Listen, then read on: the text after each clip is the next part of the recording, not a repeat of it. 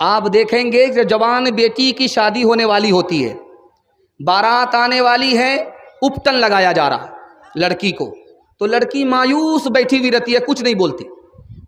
Upton لگایا جا رہا ہے، محلے کی خاندان کی ساری عورت جمع ہے، ماں بھی جمع ہے، ماں بھی بیٹھی ہے، دادی بھی، نانی، سب۔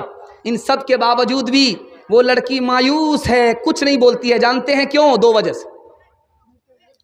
ایک وجہ یہ ہے کہ اس کو غم ہو رہا ہے کہ 18 سال جس باپ کے گھر میں پرورش پا رہی تھی، اس گھر کو دو بول بولنے پر چھوڑنا پڑے۔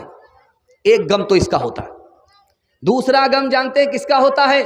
یہ میری نانی میری تعریف کر رہی ہے، یہ میری دادی تعریف کر رہی ہے، میرے باپ تعریف کر رہے ہیں، میرے خاندان کے لوگ تعریف کر رہے ہیں، ان کی تعریف سے کیا ہوگا، بلکہ میں جس کی دلہن بن رہی ہوں وہ جب تعریف کرے گا تب میں قابل تعریف۔ آخری نمونہ آپ کی خدمت میں آ رہا ہے۔ بیٹا سے زیادہ آپ بیٹی کو تعلیم دلائیے۔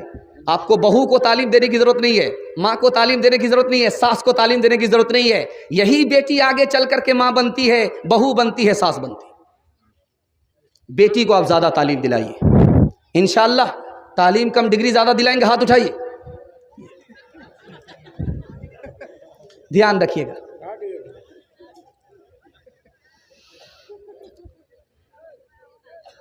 لڑکا پیچھے ہے، لڑکا آگے ہے، لڑکی پیچھے، لڑکی آگے ہے، لڑکا پیچھے۔ تو لڑکی پلٹ کر کے دیکھا کہ لڑکا میرے پیچھے کیوں آ رہا، تو پوچھا میرے پیچھے کیوں آ رہے ہو؟ کہا میں تم پر عاشق ہوں۔ اچھا عاشق ہو؟ ابھی 2 منٹ میں پتہ چل جائے گا۔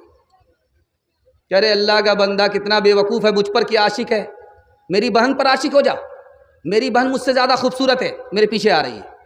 اب لڑکا اس کو چھوڑ کر کے ادھر جھانکنے لگا۔ لڑکی نے منہ پر زور سے تماچا مارا، تو جھوٹا عاشق ہے، سچا عاشق نہیں ہے۔ اگر سچا عاشق ہوتا تو میری طرف دھیان رہتا، دوسرے کی طرف دھیان کیسے چلا گیا؟ لڑکی کو پڑھائیے۔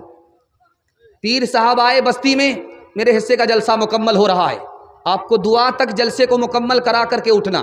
جیسے میں مہمان ہوں، میرے بعد آنے والے بھی مہمان ہیں، آپ میزبان ہیں، وہ سنائیں گے، آپ سنیں گے، تب میزبانی کا حق ادا ہوگا۔ انشاءاللہ حق ادا کر کے اٹھیں گے، ہاتھ اٹھا دیجئے، مکمل صحیح جا رہا ہے، دھیان سے سنیے گا، جلدی سے نکل جائے گا۔ بستی میں پیر صاحب آئے، عورت کو پتہ کرنا تھا کہ 1 نمبر پیر ہے یا 2 نمبر پیر ہے۔ تو عورت نے مرد سے پوچھا، پیر صاحب سے پوچھا کہ پیر صاحب آپ 2 نمبر کے پیر ہو یا 1 نمبر کے پیر ہو؟ تو پیر صاحب نے جلال میں کہا او کم بخت، تمہیں پتہ نہیں ہے، میں 1 نمبر کا پیر ہوں، بیٹھتا یہاں ہوں، مدینہ دیکھ لیتا ہوں، کہ ابھی 2 منٹ میں پتہ چل جائے گا۔ دسترخوان بچھا کر کے عورت نے کھانا رکھ دیا، کہا کہ پیر صاحب یہ کھانا کھائیے۔ کہا کتنی بدتمیز عورت ہے، یہ روکھا سوکھا دے دیا ہے اور کہہ رہی ہے کھانے کے لیے۔ تو عورت نے کہا کہ آپ 2 نمبر کے پیر ہو، بیٹھتے یہاں ہو، مدینہ نظر آتا ہے، اور چاول میں ترکاری چھپی ہوئی ہے، تم کو نظر نہیں آ رہی ہے، تو 2 نمبر کا پیر ہے۔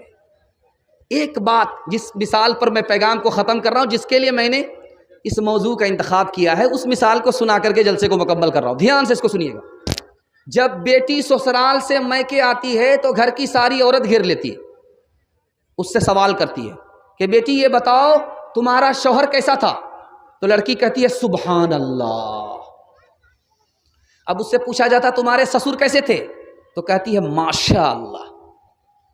اس کے بعد کہا جاتا ہے کہ سسرال کیسی تھی؟ تو الحمدللہ۔ اب پوچھا جاتا ہے کہ تمہاری ساس کیسی تھی؟ انا للہ، جلے تو جلال تو اس بلا کو ٹال۔ تو ماں نے سمجھ لیا کہ اس کو سب کچھ پسند ہے، ساس پسند نہیں ہے۔ اب ماں نے اس لڑکی کو ادب دینا شروع کیا کہ بیٹی ایک سوال سنو، میں تم سے سوال کر رہی ہوں، تمہارے جواب سے پتہ چلا کہ تم کو سسر بھی پسند ہے، سسرال بھی پسند ہے، شوہر بھی پسند ہے، مگر ساس پسند نہیں ہے۔ بیٹی انصاف سے ایک میرے سوال کا جواب دو، تم جو میکے سے سسرال گئی ہو تم کو کون لے کر کے گیا ہے؟ تو بیٹی نے کہا میری ساس آئی تھی، مجھ کو پسند کیا تھا، اور رشتہ کر کے اپنے بیٹے کے لیے مجھے سسرال لے گئی تھی، تو ماں نے کہا انصاف سے بتاؤ بیٹی، اگر ساس نے وہ احسان تمہارے اوپر نہیں کیا ہوتا تو تم کو اچھا سسر نہیں ملتا، اچھی سسرال نہیں ملتی، اچھا شوہر نہیں ملتا۔ اب بیٹی کو سمجھ میں آیا ساس دشمن نہیں ہوتی ہے، بلکہ کبھی ماں ہوتی ہے، کبھی ماں سے بڑھ کر کے ہوتی ہے۔